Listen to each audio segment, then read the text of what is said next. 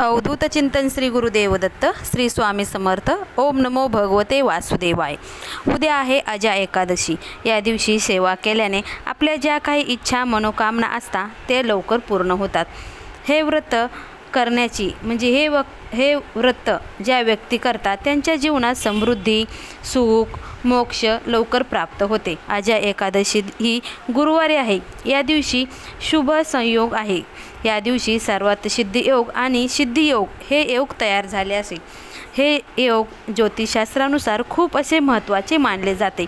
या काळात शुभ काम केल्यास ते लवकर पूर्ण होते. एकादशी दिवशी दानधर्म केल्याने दुप्पट फळ प्राप्त होते असे म्हणतात. शुक्रवारी तुम्ही एकादशीचा उपवास सोडावा.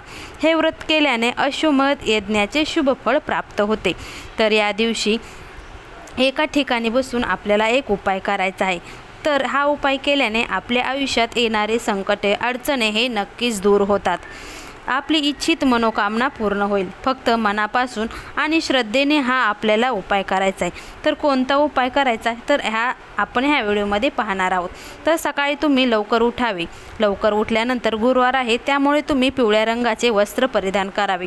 घराबाहेर थोडे पाणी घेऊन त्या पाण्यामध्ये तुम्हाला हळद गोमूत्र टाकून आपण सडा शिंपडावा. त्याने काय होईल आपल्या घराच्या बाहेर जी नकारात्मक ऊर्जा आहे ती नष्ट होईल.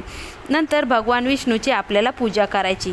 पूजा करताना भगवान विष्णूचा फोटो नसेल तर तुमच्याकडे बाळकृष्णाची मूर्ती तर असेलच ना, तर ती घ्यायची. ती आता आपल्याला एक चौरंग घ्यायचा आहे. चौरंगावर लाल कपडा टाकायचा आहे. प्रथम आपल्याला गणेश पूजा करायची. नंतर तुपाचा दिवा लावायचा आहे. तुपामध्ये हळद टाकावे. हळद ही माता लक्ष्मीची प्रिय आहे त्यामुळे घरात लक्ष्मी खेचली जाते. नंतर दिव्याला हळदी कुंकू आणि फूल अर्पण करावे. नंतर बाळकृष्णाची पूजा करावी.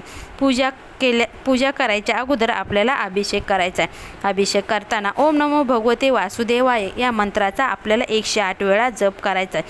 अभिषेक केल्यानंतर बाळकृष्णाची मूर्ती स्वच्छ अशा कपड्याने पुसून घ्यावी. नंतर बाळकृष्णाला पिवळ्या रंगाचे वस्त्र अर्पण करावे. नंतर आपल्याला बाळकृष्णाची इथं षोडोपचारे पूजा करायची. पूजा केल्यानंतर पिवळ्या रंगाचे फूल किंवा पिवळ्या रंगाची मिठाई फळे तुम्ही इथं देवाला अर्पण करू शकता. आपल्याला नंतर आता एक उपायासाठी तुळशीपत्र लागणार आहे. तर एकादशी दिवशी तुळशीचे पान तोडत नाही. मग त्या दिवशी तुम्ही खाली पडलेले पान असेल तर घेतले तरीही चालेल, परंतु तुम्ही आदल्या दिवशी पान हे तोडून ठेवावे. पान तोडून ठेवल्यानंतर पान ही गंगाजलाने स्वच्छ धुवून पुसून घ्यावे. मग तुळशीपत्र घेऊन भगवान विष्णूपुढे आपल्याला आसनावर बसायचे आहे. मग हळदी कुंकू घेऊन ते ओलं करायचं आहे आणि त्याच्यात गोमूत्र किंवा गुलाबजल असेल तर टाकले तरीही चालेल. आपल्याला इथं कुंकू हळदी ओली करायची. ओली केल्यानंतर तुम्ही तुळशीपत्रावर तुमची इच्छा लिहायची. म्हणजे की धनप्राप्ती तर धन हा शब्द लिहायचा आहे. संतान प्राप्ती तर संतान हा शब्द लिहायचा. नोकरी प्राप्ती तर नोकरी हा शब्द आपल्याला आपली इच्छा आहे ती शॉर्टकटमध्ये आपल्याला इथं लिहायची आहे.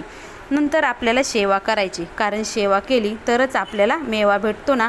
मग आपल्याला हा उपाय जर फलदायी ठरवायचा असेल तर आपल्याला सेवा ही केलीच पाहिजे. आपली जी काही इच्छा आहे ती आपण मेहनत केली नंतरच फलदायी ठरतो.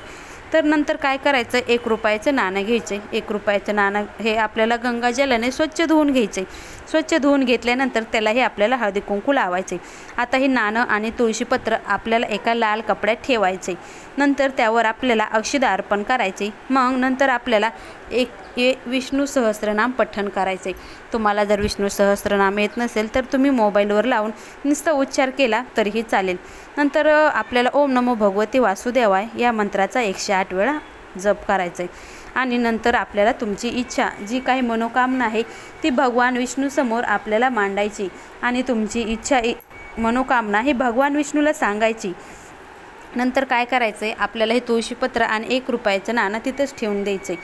मग रात्री आपल्याला तुळशीच्या समोर तेलाचा किंवा तुपाचा दिवा लावला तरीही चालेल. दिवा लावताना आपल्याला ओम नमो भगवते वासुदेवाय या मंत्राचा जप पण आपल्याला चालूच ठेवायचा आहे.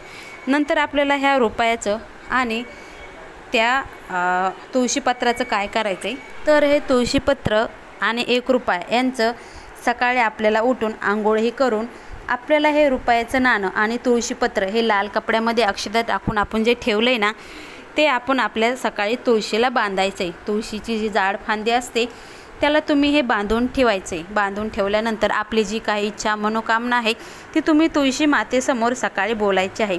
आपण तुळशी मातेसमोर आपली इच्छा मनोकामना बोलली तर तुळशी माता ती आपली लवकरच पूर्ण करते. नंतर आपल्याला हा उपाय मनोभावे आणि श्रद्धेने करायचा आहे. हा उपाय करतानाही आपल्याला ओम नमो भगवते वासुदेवाय या मंत्राचा जप चालूच ठेवायचा आहे. हा उपाय तुम्ही पूर्ण श्रद्धेने आणि निस्वार्थ भावाने केला तर तुम्हाला हा उपायाचं फळ नक्कीच भेटेल. श्री स्वामी समर्थ. श्री गुरुदेव दत्त.